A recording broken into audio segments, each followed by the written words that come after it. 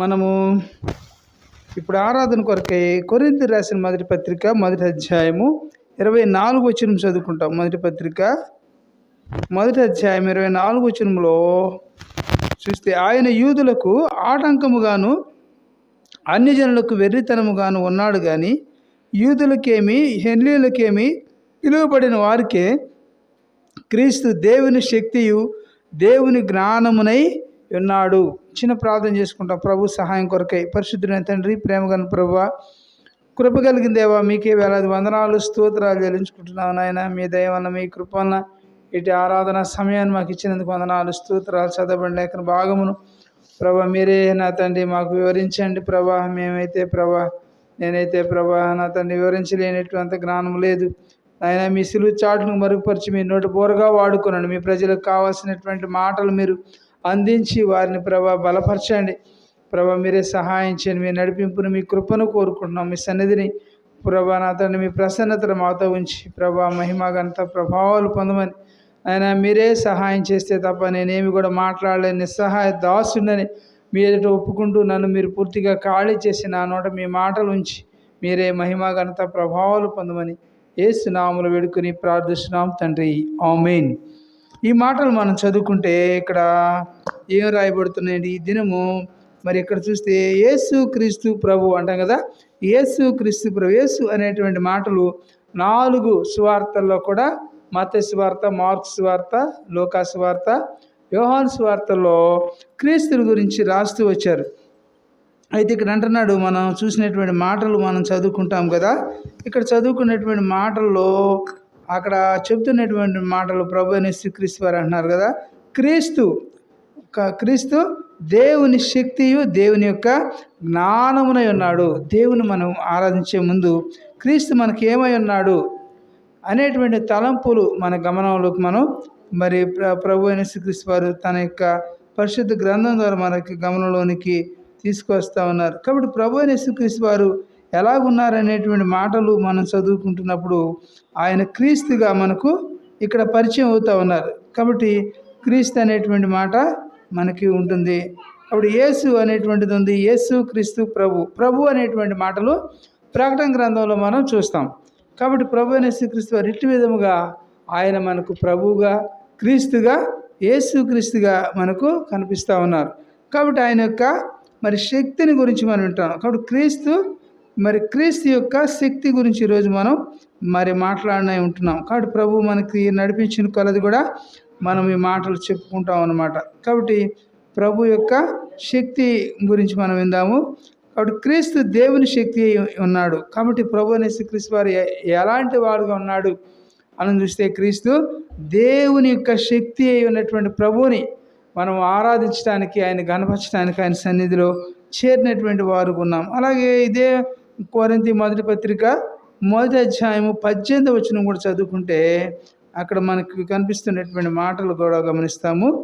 కాబట్టి అక్కడ సిలువను గురించిన వార్త నశించుచున్న వారికి వెర్రితనము కానీ రక్షింపబడుచున్న మనకి ఎలాంటిదంట? దేవుని యొక్క శక్తి. కాబట్టి ఎవరికి దేవుని శక్తి అంటే, ఎవరైతే రక్షించబడాలని దేవుని ఎడల ఎవరైతే భయము భక్తి కలిగి ఉంటారో వారికి ఎలాంటిదిగా ఉన్నదని దేవుని మాటలు మనం తెలియపరుస్తున్నారంటే, ఇక్కడ మరి పిలువబడిన వారికి ఎక్కడ ఏమడుతుందంట, అనేకులు సిలువను గురించినటువంటి వార్త అనేకులకి వెర్రితనంగా ఉంటుంది. అనేకులకి జ్ఞానము లేనటువంటి వారికి అర్థం కాదు. అందుకని వారు ఏమనుకుంటారంటే, సిలువను గురించిన వార్త నశించేటువంటి వారు. వీరు ఎవరంటి వారంట? వీరు ఎలాంటి వారిని చూస్తే నశించుచున్న వారికి ఎలాగున్నదంటే వెర్రితనముగా ఉన్నది, కానీ రక్షించబడుచున్నటువంటి వారికి, మనకు ప్రాముఖ్యమైనటువంటి తలంపు, రక్షింపబడుచున్న వారికి ఎలాగున్నదంట? దేవుని శక్తి ఉన్నది. కాబట్టి దేవుని శక్తి అనేటువంటి వాక్యాన్ని మనము ప్రభువుని మరి ఆయన ధ్యానించి ఆయన గణపరచబద్ధులమై ఉంటున్నాం. కాబట్టి ఆయన ఎలాంటి వాడుగా ఉన్నాడంటే దేవుని శక్తి అయి ఉన్నాడు. కాబట్టి ఇలాంటి శక్తి అయి ఉన్నటువంటి బలమైనటువంటి దేవుణ్ణి మనం ఆరాధించి మన ప్రభువును మనం గణపరచబద్ధులమై ఉంటూ ఉన్నాం. కాబట్టి ఇక్కడ చెబుతున్నటువంటి మాటలు మనం చదువుకుంటున్నప్పుడు సిలువను గురించినటువంటి వార్తను గురించి చెప్తున్నాడు. అయితే అది నశించేటువంటి వారికి ఏమి మరి వెర్రితనంగా ఉన్నది, కానీ రక్షించబడుతున్నటువంటి నీకు నాకు మనందరికీ కూడా ఎలాగున్నదంట, దేవుని శక్తి అని రాయబడుతుంది. దేవుని శక్తిని దేవుడు నీకు నాకు కూడా ఇస్తూ ఉంటున్నాడు. అందుని బట్టి మన ప్రభువుని మనం ఆరాధించి రోమాపత్రికలో ఇదే అధ్యాయంలో 24 రోమాపత్రిక మొదటి అధ్యాయం 16 వచనం, మొదటి అధ్యాయము 16 రోమాపత్రిక మొదటి అధ్యాయము 16 ఏ రాబడుతుందంటే, మరి సువార్తను గూర్చి నేను సిగ్గుపడి వాడను కాను అంటున్నాడు. కాబట్టి ఇక్కడ రాయబడినట్టు సువార్తను గూర్చి నేను సిగ్గుపడి వాడను కాను, ఏలైనగా నమ్ము ప్రతివానికి మొదట యూదునికిని హెన్లీయునికిని కూడా రక్షణ కలుగు చేయుటకు, అది ఎలాంటిదంట, కాబట్టి రక్షణ కలుగు చేయుటకు అది దేవుని శక్తి అయి ఉన్నట్టు. కాబట్టి దేవుని శక్తి, వాక్యములో దేవుని శక్తి ఉన్నది. దేవుడు మనతో మాట్లాడతాడు, వాక్యం ద్వారా దేవుడు మాట్లాడేటువంటి దేవుడు. కాబట్టి యేసు గురించి అక్కడ రాయబడుతున్నటువంటి మాటలు మనం చదువుకుంటున్నప్పుడు మన భాగంలో ప్రభువైన యేసుక్రీస్తు వారు అంటున్నారు సువార్తను గూర్చి. కాబట్టి సువార్తను గురించి నేను సిగ్గుపడి వాడను కాదు. కాబట్టి ఈనాడు అనేకులు సువార్తను మరి అనేకులు సిగ్గుపడతా ఉంటారు. యేసుక్రీస్తుని నమ్ముకోవాలంటే అనేకులకి చాలా మరి సిగ్గుపడతా ఉంటారు. అయితే దేవుని వాక్యం ఏం సెలవిస్తుందంటే, ఈ మధ్యాహ్నం వేళలో ప్రభువైన యేసుక్రీస్తు వారు ఆయన చెప్తున్నటువంటి మాటలు మనం గమనిస్తూ వచ్చినప్పుడు సిగ్గుపడి వాడను కాను, ఏలయనగానే రాబడుతుంది. ఎలాగూ అంటే నమ్ము ప్రతివానికి, ఎవరికంట, నమ్ము ప్రతివానికి. కాబట్టి ఈనాడు అనేక మంది మరి అన్ని జనులు మరి అనేక మంది హైందవులు కూడా ప్రభువైన యేసుక్రీస్తు వారిని వారు సొంత రక్షకుడిగా వారు అంగీకరిస్తున్నారు. ఎక్కువ మంది అన్ని జనులు ప్రభువుని దినాల్లో తెలుసుకుంటూ ఉన్నారు. కాబట్టి ఇక్కడ రాయబడినటువంటి మాటలు చూస్తే నమ్ము ప్రతివానికి, అనేకులు ప్రభువుని నమ్ముకుంటా ఉన్నారు. ఇది కులం కాదు, మతం కాదు, ఇది మార్గం, పరలోకానికి మార్గం ప్రభు అయిన యేసుక్రీస్తు వారే అని అనేకులు వారి హృదయాల్లో ప్రభువుని గురించి ఎంతో భయము భక్తితో ఉంటా ఉన్నారు. అనేకులు కూడా అయ్యా మా గురించి కూడా ప్రార్థన చేయండి, మేము యూట్యూబ్లో చూస్తున్నాము, మేము మాటలు వింటున్నాము కనుక మా గురించి కూడా వ్యక్తిగతంగా ప్రార్థన చేయండి అని వారు ఫోన్లు చేస్తూ ఉంటున్నారు. కాబట్టి ప్రభువైన యేసుక్రీస్తు వారి గురించి మరి ఆయన అంటున్నాడు నమ్ము ప్రతివానికి కూడా. అనేక మంది అన్ని జనులు మరి ముఖ్యంగా మా గురించి ప్రార్థన చేయండి, మా కుటుంబం గురించి, మా బిడ్డల గురించి వారందరూ కూడా ప్రార్థన సహాయం కోరుకుంటున్నారంటే వారు నమ్ముతూ ఉన్నారు ప్రభువైన యేసుక్రీస్తు వారు. అయితే నమ్మేటువంటి వారికి ఎలాంటిగా ఉన్నదని చెప్తున్నాడు, నమ్ము ప్రతివానికి కూడా మొదట యూదునికి, రెండవది మరి గ్రీసు దేశస్తునికి కూడా రక్షణ కలుగు చేయుటకు ఇది దేవుని శక్తి ఉన్నది. కాబట్టి ఈ దేవుని శక్తి ఉన్నది ఈ వాక్యంలో దేవుని యొక్క శక్తి ఉన్నది. అందుని బట్టి మన ప్రభువుని మనం ఆరాధించాలి, దేవుని ఆరాధించాలి రక్షణలో. కాబట్టి నిన్ను నన్ను కూడా రక్షించేటువంటిది ప్రభువైన యేసుక్రీస్తు వారి వాక్యమే నిన్ను నన్ను కూడా నడిపిస్తుంది, రక్షించేది కూడా ప్రభువైన యేసుక్రీస్తు వారి యొక్క అందుకని కీర్తన గ్రంథం అంటాడు, నీ వాక్యము నన్ను బ్రతికించి ఉన్నది, నా బాధలో ఇది నాకు నెమ్మది కలుగు చేసిందని. కాబట్టి వాక్యం నిన్ను నన్ను కూడా మరి బ్రతికించేది. నా యొక్క బాధలో మనకేం కలుగు చేస్తుందంట, నెమ్మదిని కలుగు చేసేది దేవుని యొక్క గ్రంథమైనటువంటి వాక్యం. కాబట్టి ఈ వాక్యం ఎలా ఉన్నదంట, నీకు నాకు కూడా దేవుని శక్తి ఉన్నది. కాబట్టి ఈ వాక్యం మన దగ్గర ఉంటే దేవుడు మనతో మాట్లాడుతుంటాడు. దేవుని యొక్క శక్తి మనలో ఉంటుంది, దేవుని యొక్క శక్తి మనం పొందుకునేటువంటి వారు ఉంటాం. దేవుడు నీకు నాకు కూడా బలాన్ని ఇస్తాడు కదా. కాబట్టి ప్రభువైన యేసుక్రీస్తు వారిని నమ్ముకున్నప్పుడు నేను కూడా సిగ్గుపడాల్సిన పని లేదు. కాబట్టి ఆయన ఇక్కడ భాగంలో రాయబడుతున్నటువంటి మాట సువార్తను గురించి నేను సిగ్గుపడి వాడను కాను అంటున్నాడు. కాబట్టి ఈ మధ్యాహ్నం వేళలో దూరం నుండి దగ్గర నుంచి వింటున్న ప్రియ సహోదరుడు సహోదరి, ఒకవేళ నీవు సువార్తను గురించి సిగ్గుపడుతున్నావేమో, మందిరానికి వెళ్ళాలంటే సిగ్గుపడుతున్నావేమో, మోమాట పడుతున్నావేమో, అయితే నేను ఎంత మాత్రం కూడా మన దేవుడు సిగ్గుపరిచేటువంటి వాడు కాదు ప్రభువైన యేసుక్రీస్తు వారు. కాబట్టి ఆయన నిన్ను నన్ను కూడా రక్షణ కలుగు చేయటకే అది దేవుని శక్తి ఉన్నది. కాబట్టి రక్షించటానికే ప్రభువైన యేసుక్రీస్తు వారు మనకు ఆయన రక్షణ ఇవ్వటానికి 2025 సంవత్సరాల క్రితం ఆయన ఈ భూలోకంలోకి వచ్చినటువంటి దేవుడుగా ఉంటున్నాడు. అందుని బట్టి మన ప్రభుని మధ్యాహ్న వేళలో హృదయమారా కూడా ఆరాధించి మన ప్రభుని మనం ఘనపరచబద్ధులమై ఉంటున్నాం. అందుకనే ఫిలిప్పీ పత్రికలో 3వ అధ్యాయం అపోస్తలుడైన పౌలు ఫిలిప్పీ సంఘానికి రాస్తూ 3వ అధ్యాయము, ఫిలిప్పీలు రాసిన పత్రిక 3వ అధ్యాయము 10-11 వచనాలు చదువుకుంటాం. 3వ అధ్యాయము. కాబట్టి ఏ విధము చేతనైనను మృతులలో నుండి నాకు పునరుత్థానము కలగవలనని ఆయన మరణ విషయంలో సమానానుభవము గలవాడునై ఆయన పునరుత్థాన బలమును ఎరుగు నిమిత్తము ఆయన శ్రమలలో పాలివాడనగు ఎట్టిదో ఎరుగు నిమిత్తమును సమస్తమును నష్టపరుచుకొని వాటిని పెంటతో సమానముగా ఎంచుకొనుచున్నానంటున్నాడు అపోజిట్ పౌలు గారు. కాబట్టి ఏవేవి తనకు లాభకరంగా ఉన్నాయో కాబట్టి వాటన్నింటిని కూడా క్రీస్తు నిమిత్తం, ఎవరి నిమిత్తం అంట? క్రీస్తు నిమిత్తం ఆయన పెంటతో సమానంగా ఎంచుకున్నాడు. కాబట్టి ఏ విధము చేతనైనా కూడా మృతులలో నుండి నాకు పునరుద్ధానము కలుగువలని ఆయన యొక్క మరణ విషయంలో కాబట్టి సమానానుభవము గలవాడునై ఆయన నీకు నాకు కూడా ఏం చేస్తున్నాడంట? పునరుద్ధాన బలాన్ని ఇచ్చేటువంటి దేవుడు మన ప్రభు. కాబట్టి ఇట్టి ప్రభువును మనం ఆరాధించాలి. ప్రభువుని నమ్ముకున్నప్పుడు ఆయన నీకు నాకు కూడా పునరుద్ధాన బలమును ఆయన అనుగ్రహిస్తాడు. అందుని బట్టి మన ప్రభువుని ఆయన్ని హృదయమారా కూడా ఆరాధించి మన ప్రభువును మనం ఘనపరచ మరి బద్ధులమై ఉన్నాం. కాబట్టి ఏ విధం చేతనైనా కూడా ఆయన రాయబడుతుంది, ఆయన మరణ విషయంలో సమానానుభవము గలవాడనై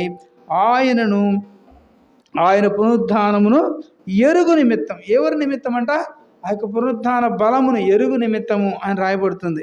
ఎరుగు నిమిత్తము అని చక్కగా మరి నిమిత్తము సమస్తాన్ని కూడా ఏం చేస్తున్నాడంటే అపోస్తలుడైన పౌలు ఆయన పునరుద్ధాన బలాన్ని ఎరగట కొరకై ఆయన ఈ లోకంలో ఆయనకి ఏదైతే లాభకరంగా ఉన్నాయో కదా, ఏవైతే మేలుకరంగా ఉన్నాయో వాటన్నిటిని కూడా అంట. కాబట్టి ఈ మాట మనకు హృదయానికి తాకిడి చేసేటువంటి మాట ఏంటంటే ఆయన చెబుతున్నటువంటి మాట, పునరుద్ధాన బలమును ఎరుగు నిమిత్తం ప్రభు అయిన యేసుక్రీస్తు వారిని ఎరగాలనేటువంటి ఆశ, కోరిక, తపన ఉన్నది కనుక అపోస్తలుడైన పౌలు ఆయన ఎరుగు నిమిత్తం ఆయన ఏం చేస్తున్నాడంటే ఆయన శ్రమలలో కూడా పాలువాడనగుట ఎటుదో ఎరుగు నిమిత్తం. కాబట్టి ఎంత మాత్రం ప్రభు అయిన యేసుక్రీస్తు వారిని నమ్ముకుంటే అన్ని మేలులే, ఆశీర్వాదాలే, దీవెనలే కాదు, కానీ అనేక శ్రమలు, అనేకమైనటువంటి ఇరుకులు, ఇబ్బందుల్లో కూడా ప్రభు అయిన యేసుక్రీస్తు వారు ఆయన అంటున్నాడు. అపోస్తలుడైన పౌలు అంటున్నాడు ఆయనకు శ్రమానుభవములు అంటున్నాడు కదా, ఆయన శ్రమలలో పాలివాడు నవ్వుడు ఎటుదో ఎరుగు నిమిత్తము సమస్తాన్ని కూడా నేనేం చేస్తున్నానంట, ఆయన సమస్తమును కూడా నష్టముగా ఎంచుకున్నాడు. ఒకటి నష్టముగా, రెండవది పెంటతో సమానముగా ఎంచుకున్నాడు. చూసే ఎంత రెండు మాటలు కూడా ప్రాముఖ్యమైనటువంటి మాట. కాబట్టి నష్టాన్ని ఎవరు కూడా, ఈ లోకంలో నష్టాన్ని ఎవరు కూడా ఒప్పుకోరు. ఎవరైనా కూడా ఏదైనా వ్యాపారం చేస్తే లాభం రావాలనుకుంటారు, కానీ నష్టానికి ఎవరు కూడా వ్యాపారం చేయరు. ఏదైనా చెప్పాలన్నా కూడా ఏదైనా 10 రూపాయలు లాభం వస్తేనే వారికి సలహాలు, సూచనలు ఇచ్చేటువంటి ఈ దినాల్లో, ఆ దినాల్లో ప్రభు అయిన యేసుక్రీస్తు వారిని తెలుసుకోవడానికి అపోస్తలుడైన పౌలు మరి ఫిలిప్పీ సంఘానికి రాస్తూ ఆయనైతే సమస్తాన్ని కూడా ఏం చేశాడంట, వాటిని నష్టముగా ఎంచుకున్నాడు. ఎంత గొప్ప తీర్మానం చేసుకున్నాడు చూసారా. కాబట్టి నష్టముగా ఎంచుకుని పెంటతో సమానంగా ఎంచుకొని ఉన్నాను అంటున్నాడు ప్రభు అయిన యేసుక్రీస్తు. ఇంతగా మరి దేవుణ్ణి ఆయన ప్రేమించినటువంటి వాడు ఉంటున్నాడు. ఎందుకంటే క్రీస్తు యొక్క పునరుద్ధాన బలమును ఎరుగు నిమిత్తం. కాబట్టి క్రీస్తు యొక్క పునరుద్ధాన బలమును ఎరగాలంటే నీకు నాకు కూడా ఏవైతే అడ్డం వస్తున్నాయో ఈ లోకంలో కదా, మనకున్నటువంటి ధన సంపదలు, మనకున్నటువంటి గౌరవాలు, ఇవన్నీ కూడా నీకు అడ్డం వస్తున్నాయి. వాటన్నింటిని కూడా మనము మరి ఎలాగంట, మరి నీవు నష్టముగా ఎంచుకోవాలి. నష్టముగా ఎంచుకుంటేనే ప్రభువులో మనం పాలువారి ఉంటాం, కానీ అవి కావాలి ఇవి కావాలంటే కుదరదు. కాబట్టి ఏదైనా కూడా ఒకటే మనం అంగీకరించాలి. కాబట్టి 2 పడవల మీద కాళేస్తే పడిపోతాం. కాబట్టి నా జీవితంలో ప్రభు అయిన యేసుక్రీస్తు వారి యొక్క పునరుద్ధాన బలమును దేవుడు నీకు నాకు కూడా అనుగ్రహించేటువంటి వాడు ఉంటున్నాడు. అందుని బట్టి మన ప్రభువును మనం ఆరాధించి మన ప్రభువును మనం ఘనపరుస్తామండి. కాబట్టి మరి మాట చూస్తాం అపోస్తలుల కార్యముల గ్రంథం. అపోస్తలుల కార్యముల గ్రంథం 1వ అధ్యాయము. అపోస్తలుల కార్యముల గ్రంథము 1వ అధ్యాయంలో ఒక మాట ఉంది, ఆ మాట కూడా చూస్తాం. అపోస్తలుల కార్యముల గ్రంథం 1వ అధ్యాయము 7-8 వచనాలు కూడా చూస్తాం. 7-8 వచనాలు చూస్తే అక్కడ అంటున్నాడు, కాలములను సమయమును తండ్రి తన స్వాధీనమందు ఉంచుకొని ఉన్నాడు, వాటిని తెలుసుకున్నట మీ పని కాదు అంటున్నాడు. కాలములు సమయాలన్నీ కూడా మరి ఎక్కడ ఉన్నాయని చూస్తే ఈ లోకంలో మరి ఆయన సన్నిధిలో మరి. కాబట్టి ఇక్కడ 7-8 వచనాల్లో అపోస్తల కార్యముల గ్రంథంలో 1వ అధ్యాయం 7-8 వచనాల్లో మనం గమనించినటువంటి మాటలు ఎంత స్పష్టంగా ఉన్నాయంటే, కాలములను సమయములను తండ్రి ఏం చేస్తున్నాడంట, తన స్వాధీనమందు ఉంచుకున్నటువంటి దేవుడు మనం ఆరాధిస్తున్నాం. ఎంత గొప్ప దేవుడో కదా. కాలములు కూడా సమయాన్ని కూడా ఆయన నిర్ణయించిన విధంగానే మరి ఉదయిస్తుంది, మరి మరి అస్తమిస్తూ ఉంటుంది. కాబట్టి ఇక్కడ చూసినప్పుడు ప్రభు యేసుక్రీస్తు వారు మన గమనాన్ని తీసుకొచ్చినటువంటి మాటలు, వాటిని అక్కడ మన గమనంలో మాట్లాడుతున్నటువంటి మాటలు మనం చూస్తే, తండ్రి ఏం చేస్తున్నాడంట, తన యొక్క స్వాధీనమందు ఉంచుకుని ఉన్నాడు కనుక వాటిని తెలుసుకున్నట మీ పని కాదు అంటున్నాడు. కాబట్టి వాటిని తెలుసుకోవాలంటే అది మన పని అంత మాత్రం కూడా కానే కాదని 8వ వచనం కూడా చదువుకుంటే అక్కడ అంటున్నాడు కదా, అయినను 8వ వచనంలో అపోస్తల కార్యం 1వ గ్రంథం 8వ వచనంలో, ఆయనను పరిశుద్ధాత్మ మీ మీదికి వచ్చినప్పుడు మీరేం చేస్తారంట, శక్తి నొందెదరు గనుక మీరు యెరూషలేములోను యూదయ సమరయ దేశములందంతటి కూడా బూదిగంతముల వరకు నాకు ఎలా ఉండాలంట, సాక్షులైందురని వారితో చెప్పాడు. కాబట్టి బూదిగంతముల వరకు కూడా నీవు నేను కూడా దేవునికి ఎలా ఉండాలంటే సాక్షిగా ఉండాలి. కాబట్టి నీవు నేను కూడా బూదిగంతముల వరకు కూడా నీకు నా గురించి కూడా మరి అందరికీ కూడా సాక్ష్యం ఇచ్చేటువంటి వారికి ఉండాలని దేవుడు కోరుకుంటున్నాడు. కాబట్టి 8వ వచనంలో చూస్తే ఆయన అంటున్నాడు, అయినా కూడా ఇక్కడ ఏమంటున్నాడు, అయినను పరిశుద్ధాత్మ మీ మీదకి వచ్చినప్పుడు మనకేం కలుగుతుందంట, శక్తిని పొందుతారు. కాబట్టి ప్రభువైన యేసుక్రీస్తు వారు ఆయన యొక్క పరిశుద్ధాత్మను మనం పొందుకున్నప్పుడు నీకు నాకు కూడా ఆయన యొక్క శక్తిని, పునరుద్ధాన బలమును ఆయన ఇచ్చేటువంటి వాడుకుంటున్నాడు. అందుని బట్టి మన ప్రభువుని మనం ఆరాధిస్తాం. పరిశుద్ధాత్మ మీ మీదికి వచ్చినప్పుడు మీరు ఏం చేయబడతారంట, శక్తిని పొందుదురు కనుక మీరు యెరూషలేములోను యూదయ సమరయ దేశములందంతటి కూడా బూదిగంతముల వరకు కూడా నాకు సాక్షులైందురని వారితో చెప్తున్నాడు. కాబట్టి నిన్ను నన్ను కూడా దేవుడు సాక్షిగా ఉంచినాడు ఈ లోకంలో. కాబట్టి ఆయనకి మనం సాక్షులుగా ఉండాలి, కానీ మనము ఆయనకి ఎంత మాత్రం కూడా వ్యతిరేకులుగా మనం ఉండకూడదు. కాబట్టి వారి యొక్క సాక్ష్యాన్ని మనం కాపాడుకోవాలి, మన ప్రవర్తన మనం కాపాడుకోవాలి. మన యొక్క ప్రవర్తన మరి ఎంత మాత్రం కూడా నా జీవితంలో ప్రవర్తన చాలా. అందుకని ప్రసంగి గ్రంథంలో అంటాడు కదా, మరి నీవు దేవుని మందిరానికి పోయినప్పుడు నీ ప్రవర్తనని జాగ్రత్తగా కాపాడుకోమంటాడు. కాబట్టి నా జీవితంలో ఏదో ఆచారంగా అలవాటుగా దేవుని మందిరానికి వెళ్ళటం, ఆదివారం వస్తున్నామని కాదు, కానీ నిన్ను నన్ను కూడా వారు అనేకులు చూస్తూ ఉంటారు. కాబట్టి ఒక సీసీ కెమెరా ఏ విధంగా అయితే అంతా కూడా రికార్డ్ చేస్తూ ఉంటుందో, అలాగే అనేకులు ఈ లోకంలో వారు ఉన్నటువంటి నేత్రాలతో, వారికి ఉన్నటువంటి చెవులతో అవన్నీ కూడా వింటూ ఉంటారు. కాబట్టి నా యొక్క ప్రవర్తన జాగ్రత్తగా కాపాడుకోవాలి. అందుకని ఇక్కడ 8వ వచనం చివరి భాగంలో అంటున్నాడు, ఆయన బూదిగంతముల వరకు నీవు నేను కూడా ఆయనకి ఎలా ఉండాలంట, కాబట్టి బూదిగంతముల వరకు నాకు ఎలా ఉండాలంట, సాక్షులైందురని వారితో చెప్తున్నాడు. కాబట్టి నిన్ను నన్ను కూడా ఒక సాక్షిగా ఈ లోకంలో ఆయన కొరకు నిన్ను నన్ను కూడా సాక్షిగా ఉంచినాడు. అందుని బట్టి మన ప్రభువుని మనం ఆరాధించాలి. అనేకులు ఈ లోకంలో గొప్పవారు ఉన్నారు, వారిని దేవుడు ఏర్పరచుకోలేదు, కానీ ఎన్నిక లేనటువంటి నిన్ను నన్ను కూడా దేవుడు ఏర్పరచుకుని ఆయన యొక్క మరి సువార్త ప్రకటిస్తూ ఉన్నాడు. అందుని బట్టి మన ప్రభువుని మనం ఆరాధించి మన ప్రభువుని మనం ఘనపరచాలి. కాబట్టి క్రీస్తు యొక్క రక్తము, మరి ఆయన యొక్క శక్తిని గురించి మనం చూస్తాం. ప్రకటన గ్రంథంలో చూస్తాం కదా, ప్రకటన గ్రంథము 12వ అధ్యాయము 11వ వచనం.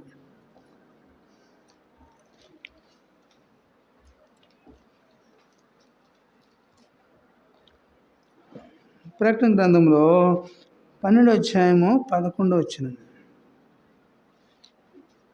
అక్కడ ఏం రాయబడుతుందంటే చదువుతాం కదా, వారు గొర్రె పిల్ల రక్తమును బట్టి తామిచ్చిన సాక్ష్యమును బట్టి వాని జయించి ఉన్నారు, కానీ ప్రాణాపాయము వచ్చినను తమ ప్రాణములను ప్రేమించిన వారు కారు అంటాడు. కాబట్టి ఇక్కడ భాగంలో మరి క్రీస్తు యొక్క ఆయన యొక్క శక్తిని వారు అనుభవించినటువంటి వారుగా మనకి కనిపిస్తూ ఉన్నటువంటి వారు ఉన్నారు.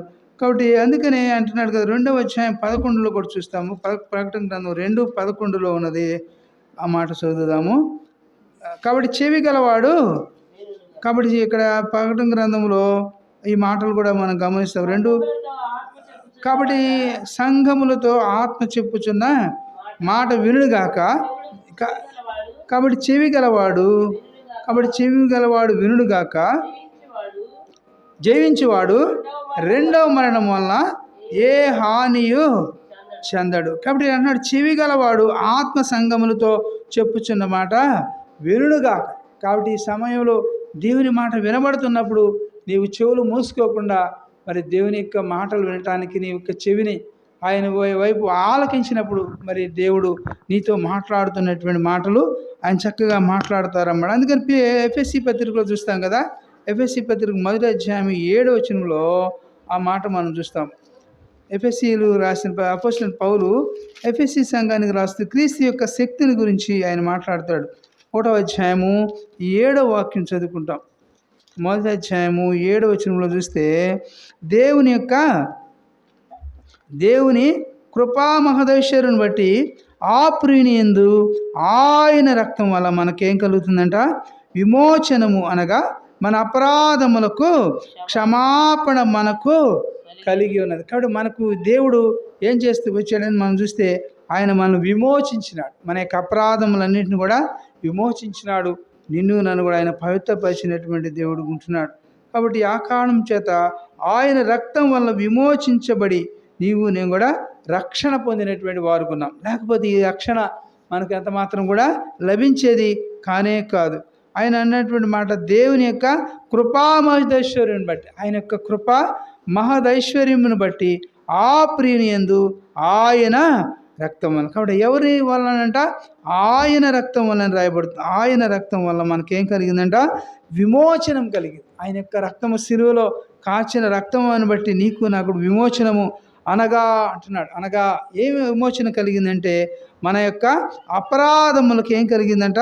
క్షమాపణ మనకు కలిగింది. అందుని బట్టి మన ప్రభువుని మనం ఆరాధిస్తాం. నీకు నాకు కూడా నా యొక్క అపరాధముల కొరకై ఆయన నిన్ను నన్ను కూడా మన అపరాధములకు నీకు నాకు కూడా క్షమాపణను అనుగ్రహించినాడు. ఎవరు ఈ లోకంలో మనకు క్షమాపణ ఎవరు కానీ ప్రభు అనే శ్రీకృష్ణ వారు నీకు బదులుగా నాకు బదులుగా విమోచించినాడు. నిన్ను నన్ను కూడా విమోచించి ఆయన నా పాపములను అపరాధములన్నింటినీ కూడా క్షమాపణ మనకు కలిగించినటువంటి దేవుడు ఉన్నాడు.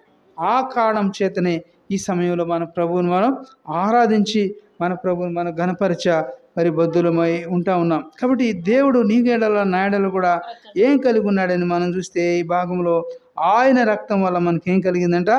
విమోచన కలిగింది. లేకపోతే మనకు విమోచన లేదు, మన పాపములకు విమోచన లేదు, మన యొక్క దోషములకు మరి పాప క్షమాపణ లేదు. అయితే దేవుడు తన యొక్క రక్తము చేత నిన్ను నన్ను కూడా ఆయన శుద్ధిపరిచినాడు, విమోచించినాడు, కనుక విడుదల చేశాడు. ఆయన యొక్క రక్తంతో నా పాపములన్నింటినీ కూడా కడిగినటువంటి కారణం చేతనే మనకి రక్షణ భాగ్యాన్ని దేవుడు అనుగ్రహించినాడు. అందుని బట్టి మన ప్రభువుని ఆరాధిస్తాం. అందుకని హెబ్రీ పత్రికలో చూస్తాం 9వ అధ్యాయంలో, హెబ్రీలు రాసిన పత్రిక 9వ అధ్యాయం చూస్తాం. అపోస్తలుడైన పౌలు గారు 9వ అధ్యాయము 11-12 వచనాలు 11-12 వచనాలు ఏం రాయబడుతుందంటే, అయితే క్రీస్తు అక్కడ చదువుతాము, క్రీస్తు రాబోచున్న మేలుల విషయమై ప్రధాన యాజకుడిగా వచ్చి తానే నిత్యమైన విమోచన సంపాదించి. కాబట్టి నిత్యమైనటువంటి విమోచన, ఈ విమోచన ఎవరు కూడా తీసివేయలేనటువంటిది అన్నమాట. కాబట్టి నిత్యమైనటువంటి విమోచన సంపాదించి హస్తకృత్యము కానిది, అనగా ఈ సృష్టి సంబంధము కానిదియు మరి ఘనమైనదియు పరిపూర్ణమైనదియునైన గుడారము ద్వారా, అంటే అక్కడ ఏమంటున్నాడు 12వ వచనంలో, మేకల యొక్కయు కోడెల యొక్కయు రక్తముతో కాక తన స్వరక్తముతో. కాబట్టి ఏ రక్తం అంట? తన యొక్క స్వరక్తంతో. ప్రభు యేసుక్రీస్తు వారు ఈ లోకంలో అయితే వారి దోషాలు పోవాలని, వారికి ఏమైనా పోవాలని మనుషులు ఏం చేస్తున్నారంటే మేకలను కోస్తూ ఉన్నారు, కోడెలను కోస్తూ ఉన్నారు, అర్పిస్తూ ఉన్నారు. అయితే ప్రభు యేసుక్రీస్తు వారు అంటున్నారు ఈ 12వ వచనంలో, మేకల యొక్కయు కోడెల యొక్క రక్తముతో కాక దేవుడు ఏం చేశాడంట? తన స్వరక్తముతో ఒక్కసారే పరిశుద్ధ స్థలములో ప్రవేశించినటువంటి దేవుడు ఉంటున్నాడు. అందరి బట్టి మన ప్రభువుని మనం ఆరాధించాలి. తన యొక్క స్వరక్తముతో నిన్ను నన్ను కూడా సంపాదించుకున్నాడు, నిన్ను నన్ను కూడా కొనుక్కున్నటువంటి కారణం చేతనే ఈ ప్రభువుని మనం ఆరాధించగలుగుతున్నాం. మన కొరకు ఎవరు కూడా రక్తాన్ని కార్చరు. కాడు ప్రభు యేసుక్రీస్తు వారే నీ కొరకు నా కొరకు కూడా ఆయన రక్తాన్ని చిందించినటువంటి కారణం చేతనే మన ప్రభుని ఆరాధించడానికి నీవు నేను కూడా ఆయన సన్నిధిలో చేరినటువంటి వారు కనుక ఆయన తన స్వరక్తముతో ఒక్కసారి, ఏ రక్తం అంట, తన యొక్క స్వరక్తముతో నిన్ను నన్ను కూడా ఆయన విమోచించినాడు, విడుదల చేసినటువంటి దేవుడు ఉంటున్నాడు. అందుని బట్టి మన ప్రభువుని మనం ఆరాధిస్తాం. అపోస్తలుల కార్యములు 20వ అధ్యాయము 28వ వచనం చూస్తాం. 28 కూడా చూస్తాము. 20 అధ్యాయం చూస్తాము. అపోస్తలుల కార్యముల గ్రంథంలో ఈ మాటని మనం గమనిస్తాము. అపోస్తలుల కార్యముల గ్రంథం 20వ అధ్యాయము 28వ వచనం, 20వ అధ్యాయము 28వ వచనంలో దేవుడు తన స్వరక్తం ఇచ్చి సంపాదించిన తన సంఘమును కాయుటకు పరిశుద్ధాత్మ మిమ్మును దేని యందు అధ్యక్షులుగా ఉంచునో ఆ యావత్తు మందను గూర్చి, కాబట్టి యావత్ మందను గూర్చి మీ మటుకు మిమ్మును గూర్చి జాగ్రత్తగా ఉండుడి. కాబట్టి మీ మటుకు మీరు దేవుని గురించినటువంటి జాగ్రత్తగా ఉండాలని ప్రభు యేసుక్రీస్తు వారు నిన్ను నన్ను కూడా ఆయన హెచ్చరిక చేస్తున్నటువంటి దేవుడు ఉంటున్నాడు. కాబట్టి దేవుడు తన యొక్క స్వరక్తము చేత నిన్ను నన్ను కూడా విమోచించినాడు, ఆయన విడుదల చేసినటువంటి కారణం చేతనే మన ప్రభు. అందుకని దేవుడు తన స్వరక్తం ఇచ్చి సంపాదించాడు, తన యొక్క స్వరక్తం ఇచ్చి నిన్ను నన్ను కూడా సంపాదించాడు, కొనుక్కున్నాడు. కాబట్టి అందును బట్టి మన ప్రభువుని మనం ఆరాధించి మన ప్రభువుని మనం గణపరచ మరి బద్ధులమై ఉన్నాం. కాబట్టి అందుకని యోహాను రాసిన మొదటి పత్రికలో ఒక మాట చూస్తాం. యోహాను గారు రాసిన మొదటి పత్రిక, యోహాను రాసిన మొదటి పత్రిక మొదటి అధ్యాయము 7వ వచనం, మొదటి పత్రిక మొదటి అధ్యాయం 7వ వచనంలో చూస్తే, అయితే ఆయన వెలుగులోనున్న ప్రకారము మనమును వెలుగులో నడిచినెడలా మనం అన్యోన్య సహవాసము గలవారమై ఉందుము. అప్పుడు ఆయన కుమారుడైన యేసు రక్తము ప్రతి పాపము నుండి మనల్ని ఏం చేస్తుందంట, కాబట్టి పవిత్రులుగా చేయను. అందుని బట్టి మన ప్రభుని మనం ఆరాధించాలి. ఎందుకంటే ఆయన అంటున్నాడు, అయితే ఆయన వెలుగులోనున్న ప్రకారము మనము కూడా వెలుగులో నడిచినడల.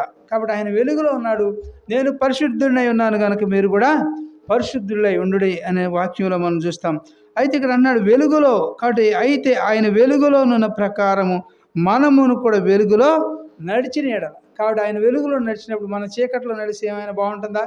కాబట్టి నీవు నేను కూడా ఆయన వెలుగులో, ఆయన వెంబడి, ఆయన అడుగులో అడుగు వేస్తూ మనం కూడా నడిచినప్పుడు ఎలా ఉంటామంట, మనము అన్యోన్య సహవాసము, ఎలాంటి వారు నడిచిన ఎడల మనం ఎలా ఉంటాము, అన్యోన్య సహవాసం గలవారమై ఉంటాం కదా. ఆయన అడుగులో అడుగు వేస్తూ ఆయన యొక్క మార్గములో మనం నడిచినప్పుడు నీకు నాకు కూడా, ఆయన వెలుగులో నడిచినప్పుడు నీకు నాకు కూడా అన్యోన్య సహవాసం ఉంటుంది. ఎంత మాత్రం కూడా మనకు దాపరకాలు ఉండవు. కాబట్టి నీవు మరి ఆయన కాకుండా, ఆయన అడుగు జాడల్లో కాకుండా వేరే అడుగు జాడల్లో నడిస్తే నీకే కష్టాలు, శ్రమలు, ఇబ్బందులు వస్తూ ఉంటాయి. కాబట్టి నన్ను ఎవరో చూడలేదులే, నేను పైకి దేవుని భక్తిగా ఉన్నాను, మరి దేవుని మందిరానికి వెళ్తున్నాను, పాటలు పాడుతున్నాను, కానుకలు ఇస్తున్నాను అనుకుంటున్నావేమో. కానీ ప్రభువైన యేసుక్రీస్తు వారు అంటున్నారు ఈ మధ్యాహ్న కాల సమయంలో, అయితే ఆయన వెలుగులోనున్న ప్రకారము మనమును వెలుగులో నడిచినడాలి. ఎక్కడ నడవాలి మనం? వెలుగులో నన్ను కూడా నడిపించినాడు. ఒకప్పుడు నీవు నేను కూడా చీకటిలో ఉన్నాం, పాపములో ఉన్నాము, లోకములో ఉన్నాము. అయితే దేవుడు నన్ను కూడా ఆయన వెలుగులో నడిపించినటువంటి దేవుడు ఉన్నాడు. అందుని బట్టి మన ప్రభువును మనం ఈనాడు ఆరాధించడానికి గల మరి ఆధిక్యత ఎలా ఇచ్చాడంటే, ఆయన మార్గంలో ఉన్నమట్టే దేవుడిని ఆరాధించేటువంటి ఆధిక్యత, ప్రార్థించేటువంటి ధన్యతను దేవుడు మనకు అనుగ్రహించినాడు. అందుని బట్టి మన ప్రభువును మనం ఈనాడు ఆరాధించగలుగుతున్నాం. బిగ్గరగా సంఘముగా కూడి అందరిలో కూడా ఏకీభించి మరి ప్రార్థన చేయగలుగుతున్నాం. అలాగే ఇక్కడ నడిచిన నెలలో మనం ఎలా ఉంటామంట, అన్యోన్య సహవాసం గలవారం ముందురు. అప్పుడు ఆయన కుమారుడైనటువంటి, ఎప్పుడు ఆయనతో అన్యోన్యముగా నడిచినప్పుడు మాత్రమే. అప్పుడు ఎప్పుడంటే ఆయనతో అన్యోన్య సహవాసం గలవారం ఉన్నప్పుడు, ఆయన వెలుగులో నడిచినప్పుడు నీవు నేను కూడా అప్పుడు అని రాయబడుతున్నటువంటి అప్పుడు ఆయన కుమారుడైన యేసు రక్తము ఏం చేస్తుంది, మనల్ని ప్రతి పాపము నుండి మనల్ని ఏం చేస్తుందంట, నన్ను కూడా పవిత్రులనుగా చేయని రాయబడుతుంది. కాబట్టి ఆయనలో నడిచినప్పుడు నీ నాలో ఉన్నటువంటి పాపము మళ్ళీ అవన్నీ కూడా మస్టు కదా, అవన్నీ కూడా కడగబడతాయి అన్నమాట. నాలో ఉన్నటువంటి ద్వేషాలు, కోపాలు కదా, అనేకమైనటువంటి మనుషులు ఉంటాయి, గలతీ పత్రికలు ఉంటాయి. కాబట్టి నీ నా జీవితంలో వీటన్నిటిని కూడా దేవుడు ఏం చేస్తాడనంట, పవిత్రులుగా చేస్తాడు. కాబట్టి యేసు రక్తము చేత నిన్ను నన్ను కూడా పవిత్రపరిచినటువంటి దేవుడు ఉంటున్నాడు. అందుని బట్టి మన ప్రభువుని మధ్యాహ్నం వేళలో ఆరాధించడం గల హేతువు, కారణం ఏంటంటే నిన్ను నన్ను కూడా ఆయన వెలుగులో నడిచేటువంటి వారిగా ఆయన చేసినటువంటి కారణం చేత ఆయనతో అన్యోన్య సహవాసం చేసేటువంటి మరి భాగ్యాన్ని దేవుడు నీకు నాకు కూడా ఇవ్వటాన్ని బట్టి మరి ఆయన ఏం చేస్తాడంటే, అప్పుడు ఆయనతో నడిచినప్పుడు దేవుడు ఏం చేశాడంటే, అప్పుడు ఆయన కుమారుడైనటువంటి యేసుక్రీస్తు రక్తము నా యొక్క ప్రతి పాపము నుంచి కూడా పవిత్రులుగా ఆయన చేస్తూ వచ్చింది. అందుని బట్టి మన ప్రభుని మధ్యాహ్న వేళలో హృదయమారా కూడా ఆరాధించాలి. ప్రభు, నీ యొక్క రక్తం చేతనే నా యొక్క ప్రతి పాపము నుంచి నన్ను విడుదల చేసావు, నన్ను రక్షించినావు, నా పాపములన్నింటినీ కూడా ఆయన నీ సిలువ రక్తంలో కడిగి నన్ను శుద్ధీకరించినావు.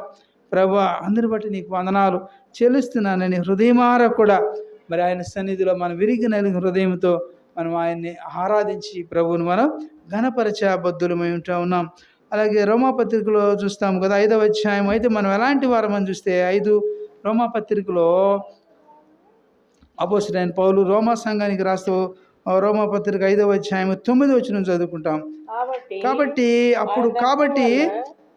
ఆయన రక్తం వలన ఇప్పుడు మనం ఏం చేయబడ్డామంట, కాబట్టి ఆయన రక్తం వలన ఇప్పుడు మనము నీతిమంతులముగా తీర్చబడి మరింత నిశ్చయముగా ఆయన ద్వారా ఉగ్రత నుండి నీవు నేను కూడా ఏం చేయబడ్డామంట, రక్షించబడ్డాం.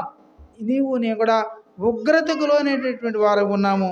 నీవు నేను కూడా పాపముల చేత, అపరాధముల చేత సత్య నిత్యనాశనమునకు మరి వెళుతున్నప్పుడు ప్రభు అయిన యేసుక్రీస్తు వారు నీ ఎడల నా ఎడల కూడా కనపరిచినటువంటి ప్రేమ, ఆయన యొక్క దయ, ఆయన యొక్క వాత్సల్యము, ఆయన యొక్క కరుణ ఎలా ఉన్నదని మనం చూస్తూ వచ్చినప్పుడు, కాబట్టి ఆయన రక్తము వలన ఇప్పుడు, ఆయన యొక్క రక్తం వల్ల ఇప్పుడు నిన్ను నన్ను కూడా ఏం చేశాడంట, నీతిమంతులుగా తీర్చినాడు. అందుని బట్టి ఈనాడు ప్రభువుని మనం ఆరాధించగలుగుతున్నాం. నీతిమంతులుగా తీర్చబడి మరింత నిశ్చయముగా, కాబట్టి మరింత నిశ్చయముగా ఆయన ద్వారా ఉగ్రత నుండి నీవు నేను కూడా రక్షించబడ్డాం. నీ మీద నా మీద ఉన్నటువంటి ఉగ్రత ఉన్నది. కాబట్టి ఆ యొక్క ఉగ్రతను దేవుడు ఆయన నా ఉగ్రత నుంచి ఆయన రక్షించినాడు. లేకపోతే నీవు నేను కూడా ఎప్పుడో ఆ ఉగ్రత పాలు అయిపోవాల్సింది. అయితే ఆ ఉగ్రత పాలు కాకుండా నిన్ను నన్ను కూడా ఆయన తప్పించాడు. రక్షించిన కారణం చేతే ఆయన రక్షించి నిన్ను నన్ను కూడా నీతిమంతురాలుగా చేసినాడు. అందును బట్టి మన ప్రభువుని ఈ మధ్యాహ్నం వేళలో హృదయమారా కూడా ఆరాధించి మన ప్రభువుని మనం ఘనపరచబద్ధులమై ఉంటా ఉన్నాము. మరొక మాట కూడా చూస్తాము, ప్రకటన గ్రంథంలో చూస్తాము. ప్రకటన గ్రంథము 1వ అధ్యాయం 6వ వచనం.